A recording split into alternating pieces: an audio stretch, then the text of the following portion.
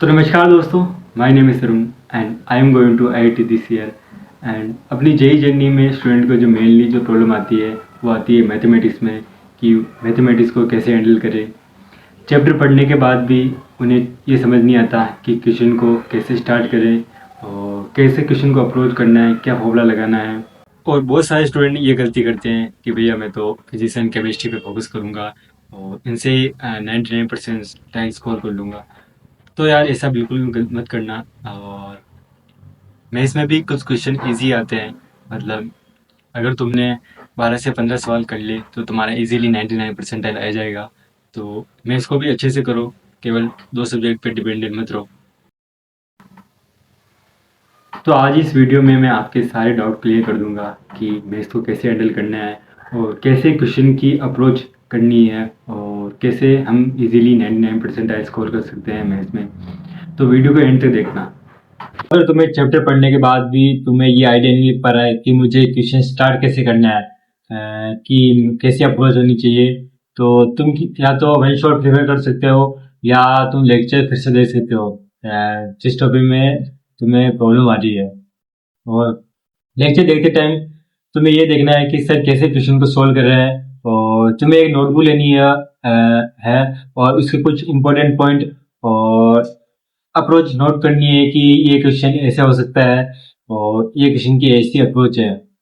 तो वो चीज़ें तुम्हें नोट करनी है और उन चीज़ों को तुम अच्छे से ध्यान रखो और फिर तुम क्यू पे जाना और अच्छे से प्रैक्टिस। तो वन शॉट देखने के बाद और लेक्चर देखने के बाद भी तुमसे क्वेश्चन नहीं बन पा रहे हैं, मतलब तुम्हें समझ नहीं आ रहा है कि कैसे क्वेश्चन को अप्रोच करना है, तो तुम क्या कर सकते हो कि यूट्यूब पे पीओक्यू सेशन होते हैं, तो तुम कौन से भी ईयर के पीओक्यू सेशन दे सकते हो।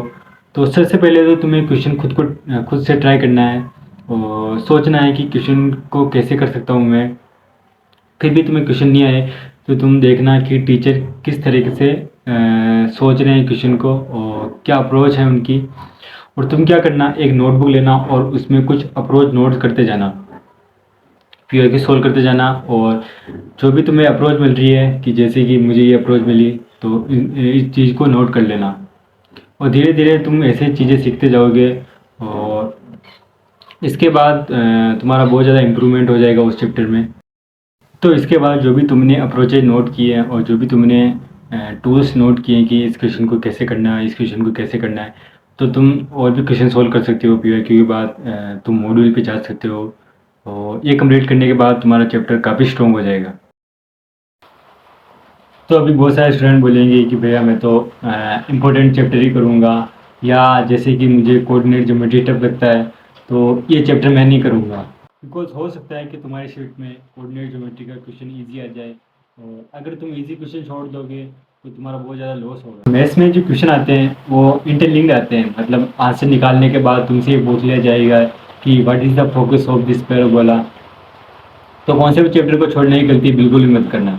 तो सभी चीज़ को समराइज करें तो सबसे पहले तुम वन शॉट और लेक्चर दे सकते हो, फिर पीओक्यू प्रैक्टिस करना। अगर तुम्हें प्रॉब्लम आती है पीओक्यूज़ में तो तुम पीओक्यूज़ के सेशन देखना और अप्रोच को नोट करते जाना और सीखते जाना कि कैसे क्वेश्चन को सॉल्व करना है। और मैं इसमें रेगुलर रिवीजन करना बहुत ही ज़्यादा इंपॉर्टेंट है। मतलब अगर तुमने एक बार चैप्टर अच्छे से कर लिया फिर भी तुम्हें रिवीजन की ज़रूरत पड़ेगी, क्योंकि तुम कुछ बातें भूल भी सकते हो। तो रिवीजन भी मस्ट है। मतलब अगर तुम्हारा चैप्टर बहुत अच्छे से कर लिया है फिर भी तुम्हें रिवीजन करना चाहिए।